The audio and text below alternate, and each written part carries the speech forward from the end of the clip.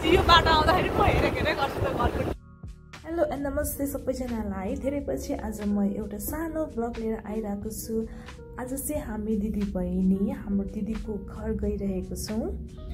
आज दिदीको घरमा चाहिँ पूजा छ, त्यही भएर हामी प्रसाद खान गइरहेको छौँ। अनि मैले धेरै पछि ब्लग बनाएकोले यसो रोडमा हिँड्दाखेरि पनि हल्का सानो सानो ब्लग बनाएको छु। र मैले अघिको फर्स्ट क्लिपमा पनि राखेको छु कि म एउटा हजुरलाई घर देखाउँछु भनेर। यस्तो दामी घर छ है त्यो, मलाई एकदम नै मन परेको घर हो। अनि आज खासै जाम पनि थिएन अनि हामी गयौँ। म जहिले पनि त्यो घर चाहिँ जाँदा पनि हेर्छु र आउँदा पनि हेर्छु। एकदम राम्रो छ। यो चाहिँ भक्तपुर साइडतिर हो, एक्ज्याक्ट लोकेसन चाहिँ नभनौँ। अनि यो घर चाहिँ यस्तो बबाल दामी छ कि इन्जिनियरको काम चाहिँ यस्तो राम्रो छ, माइन्ड ब्लोइङ। म अहिले एउटा यस्तो दामी घर देखाउँछु होइन, यस्तो राम्रो छ त्यो घर। हामी यो बाटो आउँदाखेरि म हेरेकै गर्छु त घरको डिजाइनहरू। मैले अहिलेसम्म काठमाडौँमा त्यस्तो घर देखेको छैन। यस्तो दामी छ, म देखाउँछु है त।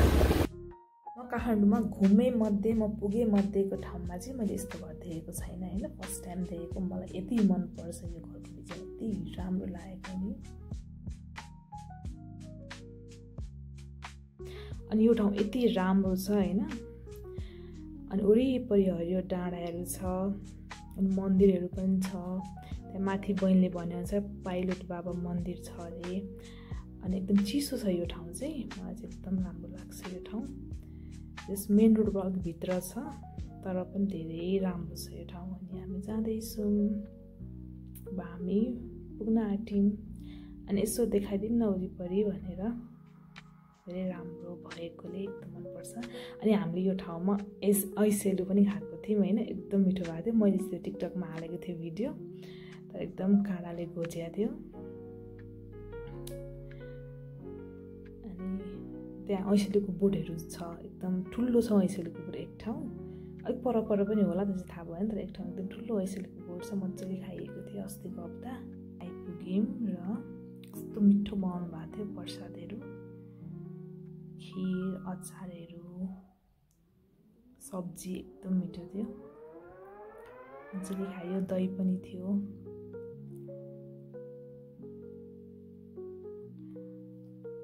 अनि पुरी पनि थियो, रोटी पनि थियो। मैले चाहिँ रोटी खाइनँ, बहिनीले चाहिँ रोटी पनि खाएँ।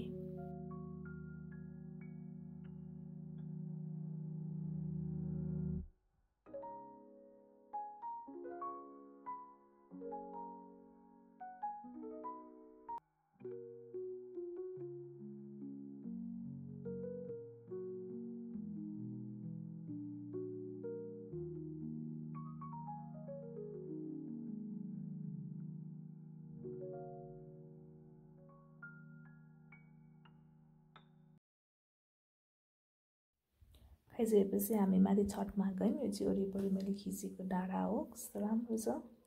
अनि त्यसपछि फर्किँदाखेरि पनि मैले भिडियो लिएको छु। Thank you for watching.